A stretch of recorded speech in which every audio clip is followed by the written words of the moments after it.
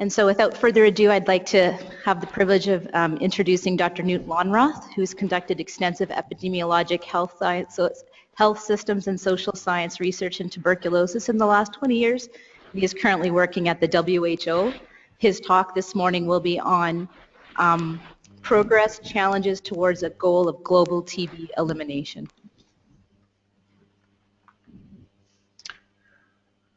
Yes, good morning. Thank you, chairs. I hope you can hear me well. I send greetings from the quarter-mile city of Geneva, Switzerland. I'm sorry I couldn't make it to be with you there in the one-mile city. Can you hear me, first of all? Very good, thank you. Well, first of all, I wanted to thank you for letting me tune in to listen to these very powerful stories that you opened the meeting with. It really reminds all of us about the importance of the work that we are doing. I also want to thank the organizers for giving me the opportunity to make this presentation. And the title I was given was The Progress and Challenges Towards the Goal of Global TB Elimination. Now, I have, as you can see, I've changed the title slightly, and I slotted in the word towards the ultimate goal of global TB elimination. I'm going to spend a little bit of time in this presentation just to clarify exactly what WHO is aiming for within the next 20 years with the new global strategy, which is called the End TB strategy. It is, in fact, not a goal to eliminate TB within the next 20 years globally. And I will try to explain exactly what the difference is between the elimination ultimate goal and the end TB goal globally. WHO and partners have also developed a framework for low incidence countries that are certainly striving for eliminating TB within a not too far away future. But not even in that document do we have a clear goal of eliminating TB in the low incidence countries in the next 20 years. So it is a little bit of a longer time frame, but nevertheless we have, I dare say, the most ambitious global targets for reducing TB burden that we have ever had on a global level before. So let me share with you the outline of my presentation. I will first say a few words more in detail about the new global targets. I will then talk about the progress so far up until this year. We're now exiting the Millennium Development Goal era, and I will try to take stock a little bit and see how far we have got. And then I'll say a few words about this new TB strategy, and especially so I'll try to highlight what is really new in this strategy compared to the previous global strategies. I will then go through some of the challenges. There are many. I will select a few and I'll talk about those and some of the solutions. And then I will finish off with just a few slides about this elimination framework for low incidence countries, but I will leave it to the speakers that are coming after me to talk more about the details and the perspective of the low incidence countries. So this presentation will be mainly on the global issues. So to start with, here are the global targets in the new strategy for the next 20 years. And if you look furthest to the right, the target for 2035, we have three targets. The first one is for mortality, and there we have 95% reduction of mortality globally. And the second one is for morbidity, so that concerns the incidence rate, and there the reduction should be 90%. And the third high-level target we have is really about social and financial protection for TB patients. And the target, which we have put already by 2020, in fact, is that no TB-affected family should face catastrophic costs of TB. Now, there is a long-term vision, let me see, of a world free of TB, which is basically the elimination vision. But it doesn't come with that wording, and it doesn't come with a specific level or a year that this should be achieved. So the goal is instead to end the global TB epidemic. And this we have defined as reaching a level of less than 10 per 100,000. And that actually corresponds to the 90% reduction in global TB incidence. And it also corresponds to the level of TB that is seen in US, in Canada, in many countries in Western Europe that has now a TB incidence which is less than 10 per 100,000. So basically, the goal is to have the whole world having a TB situation which is similar to the low incidence countries of the world today. Here is a slide showing the planned trajectory of the decline of TB incidence. And first, the dashed line furthest up this is an extrapolation of the current global trend, which is about 1.5% reduction every year. And that is certainly not going to be enough. So what we're looking at is an acceleration that should start very soon and should take us to about 10% reduction per year ahead of 2025. And this, we believe, can be achieved by scaling up effectively everything that we have, all diagnostics, all treatments, while improving health systems so that those services can be delivered. But this is not enough. We're also looking at broader societal interventions, addressing social determinants, as well as providing social protection for people with TB. So all of these things together, we believe, can get us to a 10% reduction per year. Now, why 10%? Well, this is not really an output of a sophisticated mathematical model. Rather, the 10% is an input to this simple calculation. And the assumption is that this level of reduction was seen in the industrialized countries in the 1950s and 60s, and we think that there should be no reason why other countries, including low and middle income countries today, should be able to reach that if all things go well. Now, you can see there is a vertical line in the middle here, and that distinguish a second half of this era, by which time we need to see a further acceleration, because otherwise that declining trend will start to level off. And here we need to accelerate further by having more research and develop better tools. And the biggest challenge of them all is to address the huge burden of, well, not burden, but the huge pool of latent TB infection that exists globally. So what is going to be really critical is a better diagnostics for latent TB, better treatment for latent TB, new vaccines, including post-exposure vaccines that will reduce the risk of progressing from a latent infection to active disease. And without that, we will not really be able to see this level of decline. So research to develop those new tools is really a precondition to reach these very ambitious targets.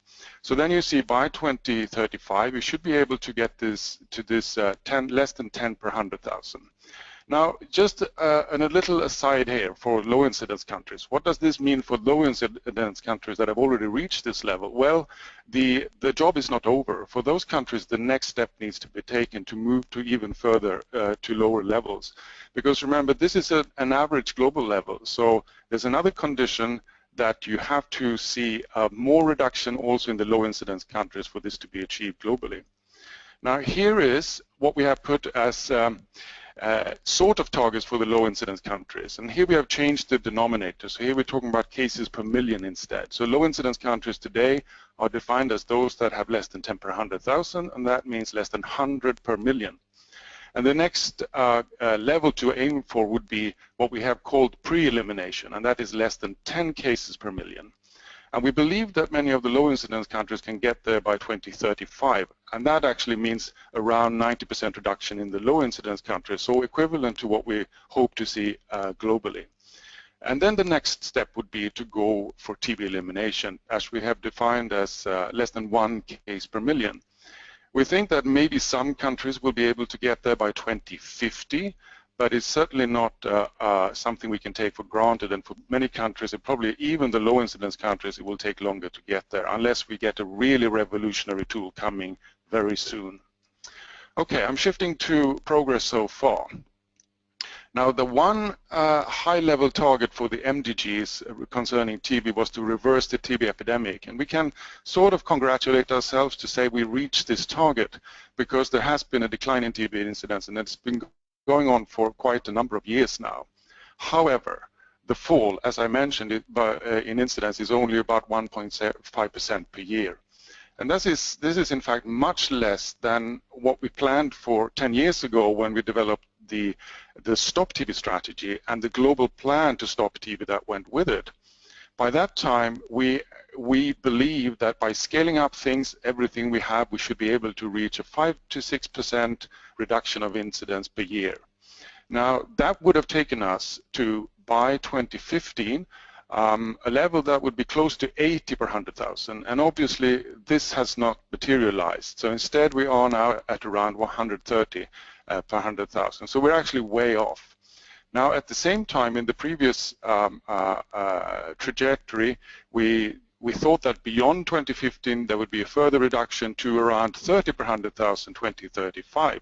So what we're having now in the new strategy is that we're actually starting at a much higher level than we thought, but yet we want to reach to a much lower level than what was planned for in the previous era, namely 10 per 100,000. So that gives you an idea about the ambition level that we have now in terms of reduction of the incidence. Now, looking at some of the other MDG-related targets, there were also targets to reduce prevalence and mortality by 50%. And in the upper part of the slide, you see the estimates for global level, and you can see that we're almost there with prevalence and mortality. Not quite there for prevalence, but it's been good progress. In the lower part of the slide, you see the same trends for the American region, and you can note that in the American region, both the decline in incidence, prevalence, and death rate has been more rapid, especially in the beginning of the era, and it started at a lower level. Now, you can also see that the trend lines are leveling off, and this is a common phenomenon when you start reaching lower levels, that it's hard to maintain a rapid decline. So this is going to be one of the challenges for the American region. Nevertheless, looking at the level for ending TB in the American region, it seems to be doable, that at least the gap is much less for your region than for globally. So there has been a good progression in the reduction of TB death and mortality. We have estimated that with the things that have been scaled up with the Stop TB strategy over the past 10 years, as compared to if these interventions had not been scaled up, we have saved around 43 million lives. So that is certainly not bad. And if you compare with similar estimates for HIV and malaria, there are so many more TB deaths prevented through this scale up of interventions. Nevertheless, we still have a huge burden of TB death globally. And the estimates from 2014 is 1.5 million. Now, those of you who read the global TB report from WHO every year, you will have noted that actually this number is now higher than it was 2 years ago. But that does not mean that the death rate has increased. It means that we have adjusted the historic trend because new data has come out of large prevalence surveys in some large high-burden countries, notably Nigeria and Indonesia. So with that new information, we have had to do adjustments retroactively. So the the death rate has declined substantially, but we're still at a very high level. So with this 1.5 million deaths per year, if we look at other causes of death globally, actually TB is now ranked number 5. And if you look at single-agent infectious diseases, it is number 1 in the world. It's higher than HIV/AIDS, and you can see at the right side of this panel, if you compare the number of deaths due to TB, it's higher than HIV/AIDS. Now, this is if you include the TB deaths that can be attributable to HIV as an underlying cause. There is always this tug of war going on about who should be allowed to count these deaths, but I think that is just a nonsense discussion because those deaths are attributable to both TB and to HIV/AIDS, so you can count them in both places, and if you do that, this is the result you get. So the bottom line is that TB death is a huge problem, and it contributes to the huge burden of TB globally. Now, with these remaining big challenges, what is it that we are from WHO coming out with? Well, it is this new TB strategy. I think probably some of you at least have heard about it, and I'm not going to spend a lot of time talking about the details. I have a piece of good news, and that is something that some people have been waiting for quite some time now, namely a detailed document that gives you all the detailed information about the content of this strategy. It will be launched hopefully next week. For anyone interested, please go to our website and have a look at that document. I will only highlight now a few elements from here. So briefly, the new strategy has 3 pillars. The first one is about patient-centered TB care and prevention. So that is basically about good clinical care for people who are care and need to have a proper diagnosis, and those people that are diagnosed with TB. Now, the second pillar is about systems. So it's about health systems, it's about engaging with communities, it is about engaging the private sector, it is also about regulatory interventions, and then it's not only about the health system, it is also about the social systems and the need to provide social protection and to address underlying social determinants. So it's a big and complex agenda all packed into one pillar. And pillar 3 is the all-important research pillar that I've already mentioned is so essential for getting to the acceleration that we need to see. Now, without going into the details, I'll just give you a little bit of a snapshot to illustrate both what some of the key interventions are and also the level of ambition in implementing them. So this is a list of top 10 indicators that we're using to monitor implementation and scale up. So I'll read them out quickly for you. The first one is TB treatment coverage. This is what we previously called the case detection rate. Now, this should get above 90%. The same thing with number 2, TB treatment success rate should also get above 90%. Number 3 is about this eliminating catastrophic costs for patients, and that should be 0%. Number 4 is about the percentage of newly notified cases that have been tested using a WHO recommended rapid test.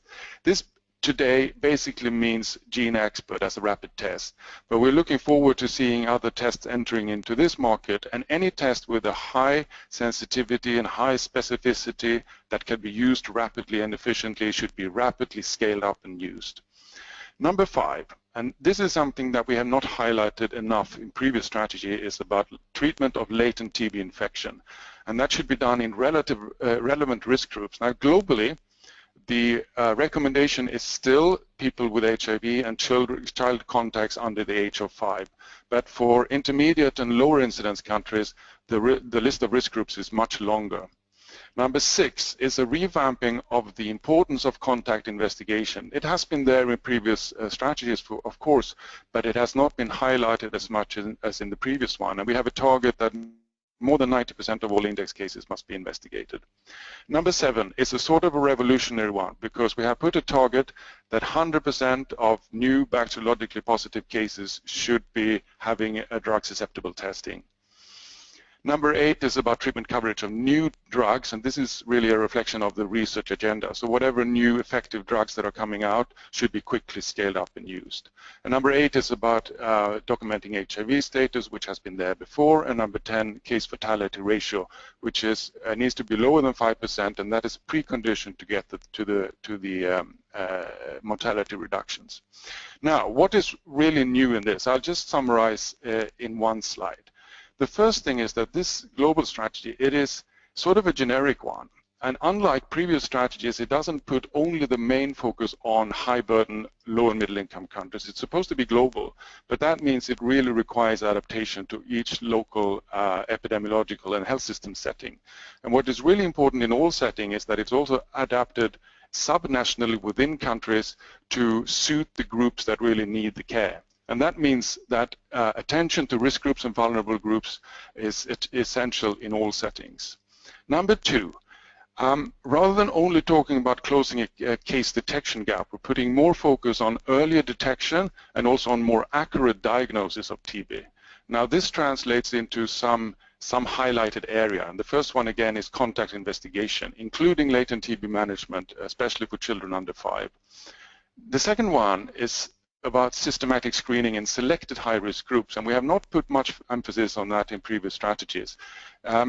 This should be targeted to the most high-risk groups in each setting.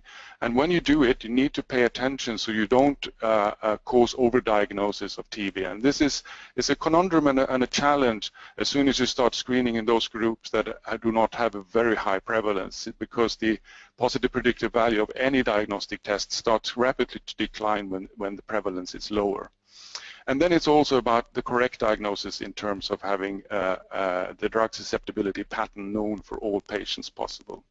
Number 3 is about bringing more patient-centered care. So this is less about supervision and less about direct observed treatment, and it's more about tailored patient support. and especially so for vulnerable groups. But it also includes management of comorbidities. So we're not only looking at TB as the single disease, but also all those other issues that are often associated with TB. It includes, of course, HIV, but also other conditions. It can be diabetes, it can be malnutrition, smoking, substance abuse, mental health problems, etc. And the fourth big area is now universal health coverage, UHC. It's sort of building on the health system strengthening agenda. And here the Sustainable Development Agenda is also coming into the picture. It includes a number of different areas. One is improving access and by reducing access barriers. It's also about regulatory approaches and infectious disease law. These things are maybe not so new, they have been there before. But what is really a renewed focus in the new strategy is more focus on social protection, as well as addressing the underlying determinants. And then number 5, again, is the research agenda. Without the new tools, we will simply not be able to end TB. Now, before moving on, I'll just say one word about the research agenda. I'm not going to go into the details, but we have published very recently a document that sets out the research priorities and the actions required, including the resource mobilization for research that is needed. So this is another document that, if you're interested, you can look at the details. Now, let me, in a rather quick succession, go through some of the challenges, and I'm sure most of them are known to you from before. I'm starting with what has been with us for a long time, and this is the so-called case detection gap. And we've been talking for a while about the 3 million missing cases out there, the difference between the notified cases and the estimated incidence. Now, because we have changed the estimate of the incidence upwards, we also have now a higher number of this case detection gap. It's 3.6 million. Now, if you look at the distribution of this estimated missing cases, actually 75% of them are in 10 countries in Africa and Asia. So that gives you an idea about where the most prominent focus may have to be in order to close this gap globally. Actually, 1/3 of the cases are in 2 countries alone, Indonesia and India. So this is a big challenge. But let me zoom in on the case notification trend. There is, in fact, a small piece of good news here, and that is for the first time in many years, we actually see an increase in the case notification again. Now, if you analyze this in detail, you find that all of this is coming from increased case notification in India. And all of the increase in India is coming for improved notification of TB in the private sector, because they've introduced a new web-based notification system. And it's not scaled up to all of India. It's only parts of India that are being covered. But yet you have almost 500,000 more cases being notified within only 1 year. So this shows you one of the potential. And it shows you also that what we call case detection gap is not always a case detection gap, but it could also be a case notification gap. So this is one of the important steps required in the future to bring on all sectors of the health system and ensure good notification. Now, I've made a list of other essential interventions required to improve early detection. It starts with improving access, and again a special focus on vulnerable and hard-to-reach groups that may not have good access to health services. And it's not only for TB services, it's for general health services, because people don't enter into the health system with a TB label. So whatever health systems access barriers exist, they will be there for TB services as well. It is also about improving awareness, including reducing stigma of the disease. It's about improving diagnostics. It is, as mentioned, engaging all providers and ensuring full notification. And last but not least, it's also more proactive case finding through contact investigation, through screening for TB in people with HIV and other selected risk groups which need to be defined in each given setting. Now, the second big challenge is multidrug-resistant TB. It is a global problem. It is a consistent a threat in every setting. But of course, we have a pretty huge hotspot, which includes Eastern Europe, former Soviet Union, Central Asia, and parts of Asia. Actually, 62% of all the MDR cases are in 5 countries. So it is certainly in some areas where you need to have scale up efforts a lot. But it is, as I said, is a looming threat everywhere. Now, looking at some of the specific challenges with MDR TB, the upper panel here is the scale-up of drug susceptibility testing. The blue dots are the actual numbers, and the red line is the target. It looks sort of okay, that it's not lagging behind too much, but now remember the new target that we have set of 100% coverage of DST. Then with the approximate 15% coverage today, there is very, very far way to go to reach that level. Now the lower panel is showing the enrollment on MDR TB treatment, and there is a huge problem. You can see the gap between the observed enrollments and the target. This is, of course, both due to too little DST, but it's also due to long waiting lists in some countries because the drugs are not available, or because of access problems that people cannot start the treatment for a variety of reasons. The actions required and what has been spelled out in the new strategy is, as mentioned, universal DST, plus universal health coverage, including access to drugs, of course, but also all other aspects of high quality and patient-friendly care. And again, a special focus on vulnerable and hard-to-reach group, which we know have often huge problems both to get the diagnosis and to be enrolled on treatment, and to adhere to the treatment, which leads me to the other big challenge with MDR TB treatment. Now, over the past years, unfortunately, we have not seen much of a progression in terms of improving treatment success rate. So this is showing data from 2007 to 2012 cohorts. What has been improved over the years is that the number of non-evaluated cases has dropped. And when more people have been evaluated, we have reconfirmed that most of those not evaluated actually are lost to follow-up or have died. So the problem remains huge. The solution is a mix of things. It's better patient support, education, social support, financial support, dealing with comorbidities, direct observed treatment, etc. But it's also about the delivery models and to make those models patient-friendly, to decentralize treatment, etc.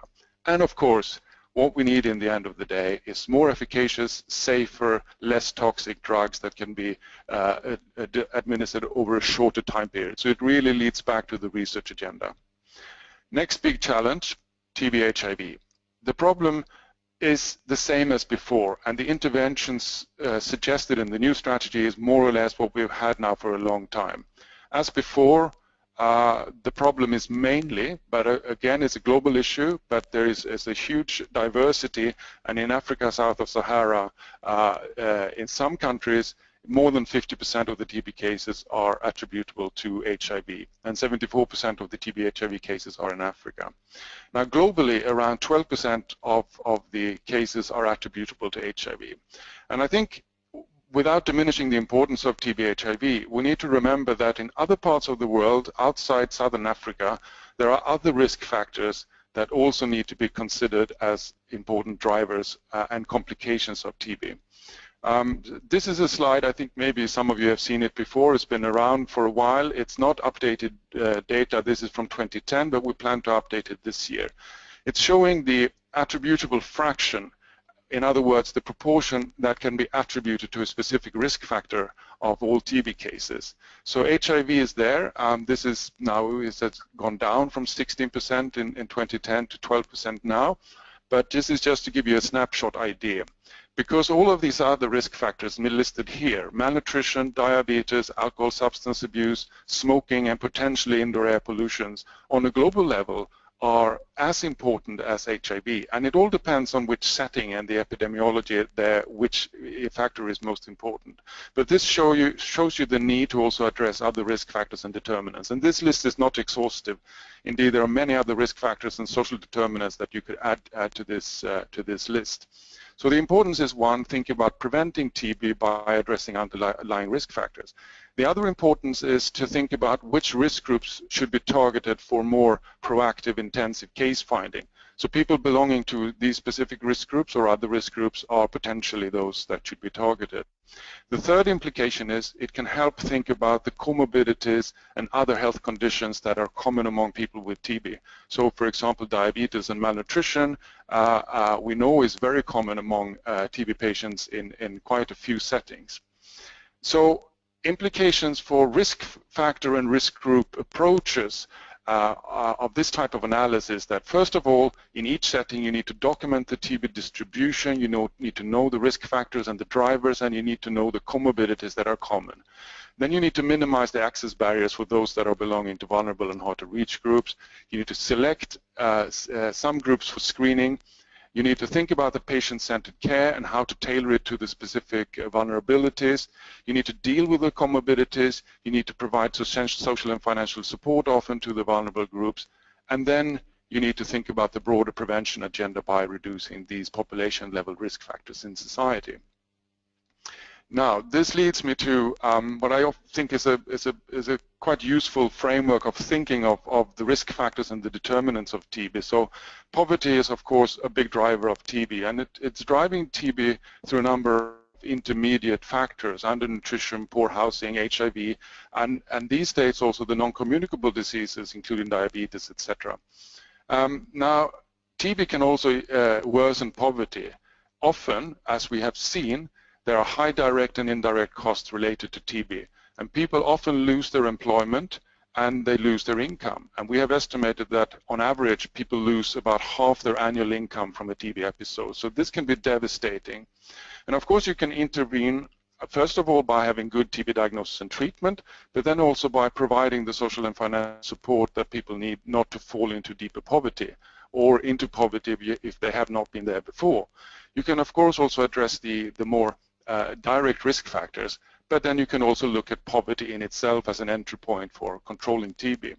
Which leads me to the sort of link between the NTB strategy and this new sustainable development agenda. We just published this paper, anyone interested, from last week, where we map out the interactivity between TB control and the sustainable development goals. Basically, the bottom line message is that TB control is a beneficiary of the SDGs, but it's also a contributor to it.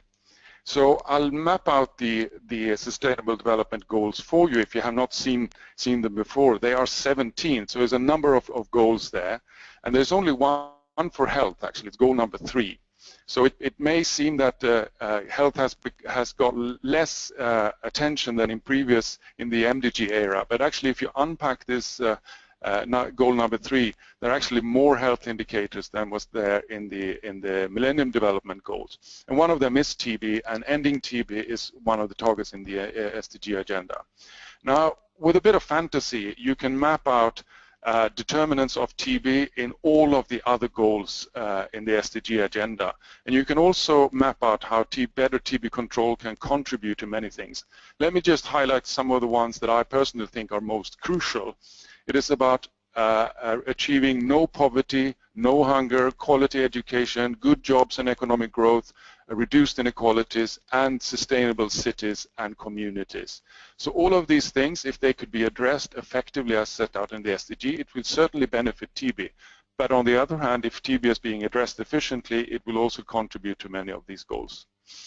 Let me finish with a last big challenge, and this is the challenge of funding TB and funding TB research. On the left, you have the envelope of TB funding from 2015.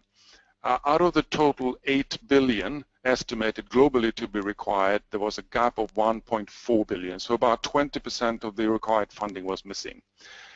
In absolute terms, actually more or less the same gap existed for TB research, but in relative terms, looking at the envelope, that corresponds to 2/3 of the required TB research funding. So there is really a critical gap, and it's not going to go away without really concerted efforts to improve on the research funding gap. Now, to be fair, international donor funding for TB has increased over the past 10 years. The blue line is for TB funding. But if you compare with malaria and HIV, we started on a lower level and the increase has been slower. So the funding gap is there, and this is despite the fact that over and over again, investment in TB and investment in TB research has been singled out as one of the most important and beneficial investments in global development. This is from The Economist last year, where they ranked the so-called no-brainers for investment in global development, and you can see TB comes in as number 6. in competition with all sorts of development investments, and it's the highest ranking investment in terms of any disease-specific one. So despite that, we see this consistent funding gap. Now, looking forward in the new NTB era, we have a new global plan which is presenting the investment case for the next 5 years. And within that time period, we have about 60 billion required for TB control globally. That is about 12 billion per year, and that is actually a 50% increase on the 2015 levels, and this is because of the ambition level being so much higher. But that also certainly means that the challenge to close the funding gap is going to be even bigger compared to previous years. Which leads me to my final slides about the TB elimination framework for low incidence countries. And the link here with the funding issues is that one of the main messages in this elimination framework is actually that there is no way that the low incidence countries today will be able to sustainably eliminate TB without seeing a very rapid global reduction in TB incidence. And for that, the low incidence countries need to make their contribution to the global situation. Here is a map showing the countries with less than 10 per 100,000 or less than 100 per million cases per year today. And as you can see, it is, not surprisingly, it's Western Europe, it's Northern America, it's in Australia, New Zealand, it's a few Gulf countries, and then just a few Caribbean and Central American countries. Almost all of these countries are among the richest countries in the world. So in terms of responsibility for contributing to the global situation, these countries have a special role to play. Now the framework, and I'm not going to talk about this in any detail, it has 8 action areas. And I'm sure the following speakers are going to bring out at least some of these. So let me just quickly mention them. The first one is about ensuring political commitment and funding domestically for TB control. The second one is highlighting vulnerable and hard-to-reach groups. The third one, which is a big issue in most of the low-income countries, is TB in migrants. Number 4 is about screening, so screening for active as well as latent TB. Number 5 is never to forget multi-drug resistance. Number 6 is about having a good surveillance system, and that becomes increasingly important, and you need to have much more detailed data as the incidence declines. Number 7 is about the investment in research, and this is where we approach the global agenda, because this is not research for the domestic needs, it's research for the global needs.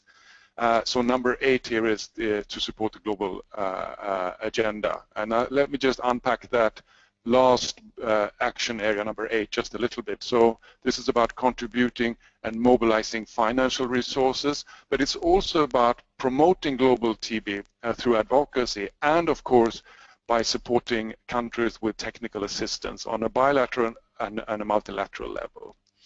Now, let me just finish. Oh, sorry, I'll show you. So if you want to know more about this framework, it is also available on our website. It has been published also in the ERJ. So let me finish with just 2 slides to remind you what, if anything, is really new in this new era that we're entering into with this new NTB strategy. So the first and I think most important thing is that the ambition level has really changed, and we have these extremely ambitious targets of reduction over the next 20 years. And to get there, we need to get all these new things, as well as those things that we've been talking about for decades, scaled up dramatically over the next couple of years. And I'm not going to read them out to you again. I'm going to leave them there for you to ponder upon, and then I'll open up if there's time for any questions or comments. And thank you, and over.